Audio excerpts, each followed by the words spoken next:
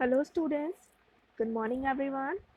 Students, today in this video we will recall the chapter 3 in economics, money and credit, and we'll also see which type of questions to be asked in the boards में इस chapter से किस type के questions जो हैं पूछे जा सकते हैं और कौन से क्वेश्चंस बन सकते हैं. ठीक है, so we will revise the frequently asked questions.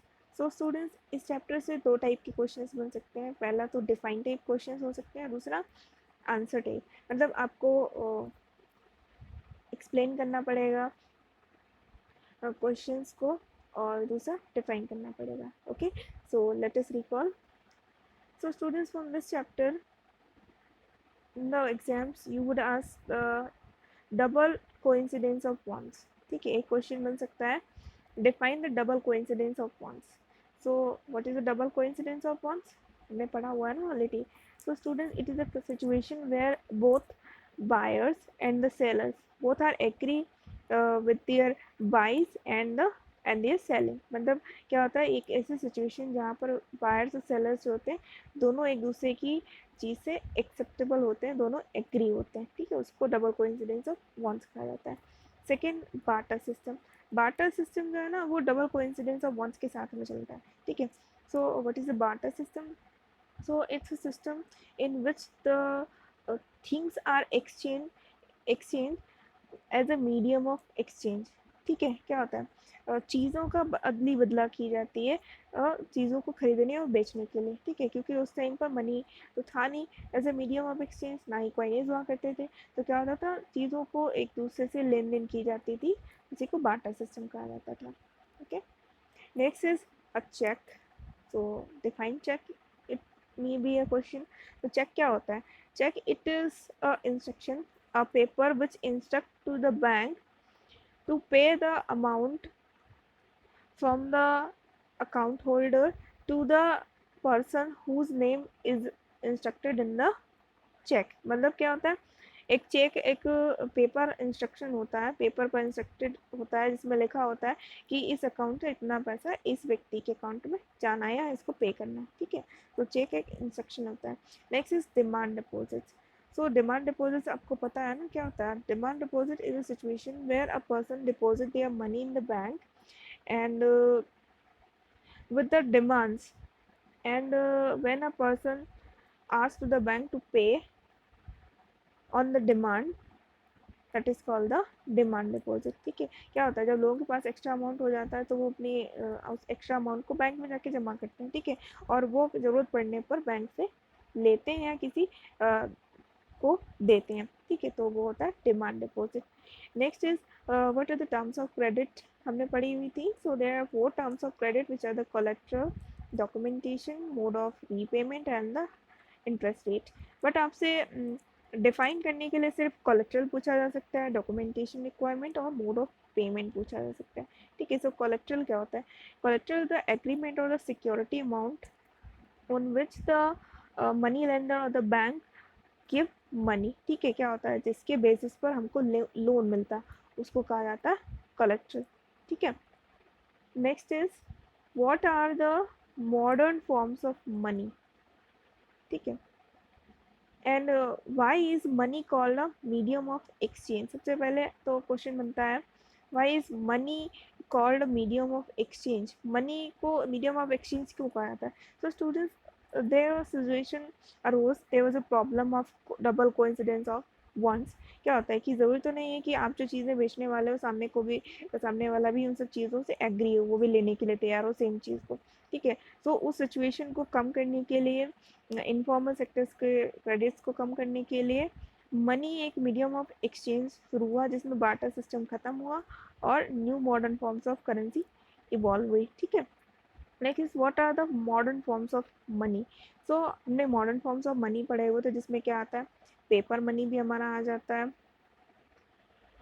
और हमारे जो कॉइनेज होते हैं, कॉइन्स होते हैं, और डिमांड डिपॉजिट्स आ जाते हैं. डिमांड डिपॉजिट्स आ जाते हैं, ये क्या होते हैं हमारे modern forms of money. Check होता है वो भी मॉडर्न फॉर्म ऑफ मनी होता है. ठीक है। तो ये तो आपको पता ही है ना, अगर आपसे क्वेश्चन में पूछा जाता है what are the modern forms of money, तो आपको ये चारों एक्सप्लेन करने, ठीक है। Next is differentiate between the formal and the informal sources of credit. So students, you know this is very clear to you that there are two situations from where the um, when a person can borrow money का दो situation से money ले सकता है।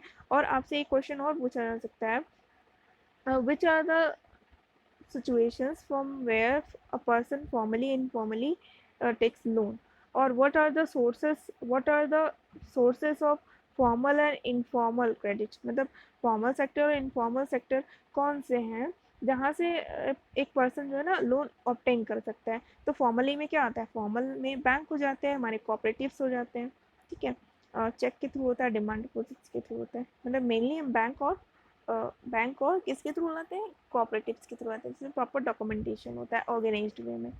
Interest rate भी fix होती है और मोड ऑफ पेमेंट भी फिक्स होता है।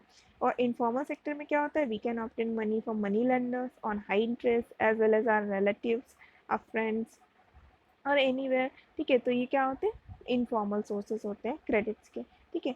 Next is explain the explain the loan activities of bank.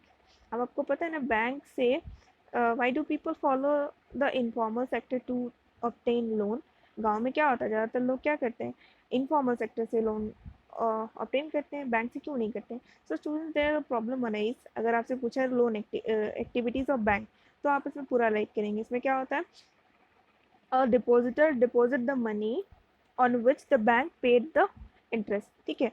while the borrower borrow money from the bank, take loan from the bank on high interest, ठीक है। एक depositor ने, ये bank है, ठीक है, बैंक को एक डिपॉजिटर ने मनी दिया, ठीक है, और बैंक ने वही अमाउंट जो था वो लोन के फॉर्म में बोरोवर को दे दिया, ठीक है। बैंक क्या करेगी, डिपॉजिटर को थोड़ा सा इंटरेस्ट पे करेगी और यहाँ से इंटरेस्ट जो है गेन करेगी। सो ये क्या होता है, the difference between the paid interest and the gain interest, that is called the bank incomes, ठीक है। क्या होता है, जो बैंक पे कर रहा है इंटरेस्ट और जो वो गेन कर रहा है लोन से, ठीक है, उसका जो डिफरेंस होता है वही होती है बैंक की इनकम।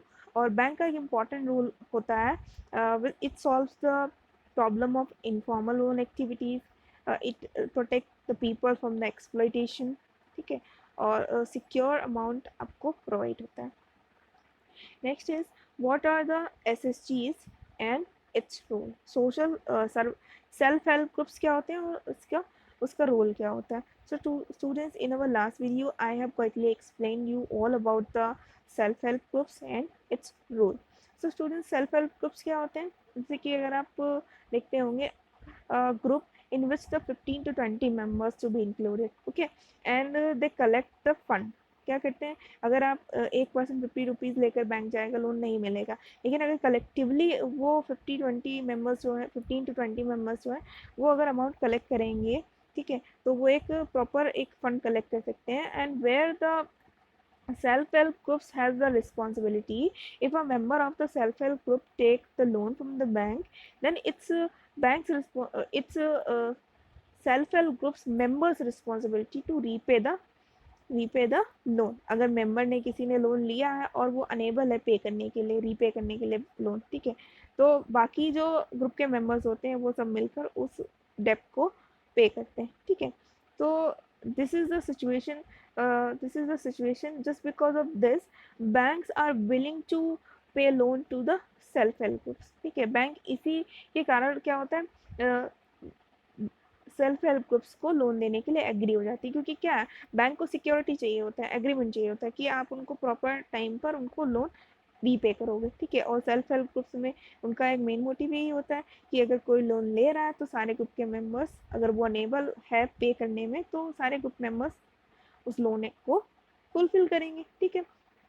तो सेल्फ हेल्प ग्रुप्स होते हैं, उनका एक इम्पॉर्टेंट रोल होता है जो कि वुमेंस के लिए हेल्पफुल होते हैं, ठीक है, सेल्फ रिलायंट बनाते हैं, अबंडेंट अमाउंट प्रोवाइड कराते हैं चीप रेट्स पर, ठीक है।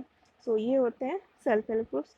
सो स्टूडेंट्स इस टाइप के क्वेश्चंस इस चैप्टर से बन सकते हैं और आपसे आरबीआई का रोल भी पूछा जा सकता है। Who issues the currency of India, तो आपको पता है ना, who issues the government of India issues and government authorize the currency of India. ठीक है, so students I hope you all have recall the chapter thoroughly. आपको पूरा chapter जो है आपने अच्छे से रिकॉल कर लिया। अभी भी अगर आपको कोई प्रॉब्लम हो रही है then you may ask your queries and you should solve these questions which I have prepared here. जो भी questions आप ये देख रहे हैं, I'll send you its PDF. Solve these questions, attempt it in your copy and send me in the PDF format. Okay? We'll meet in further class. There we'll learn another topic from the economics. Till then, stay connected to your studies. Watch this video, read the chapter and attempt the questions.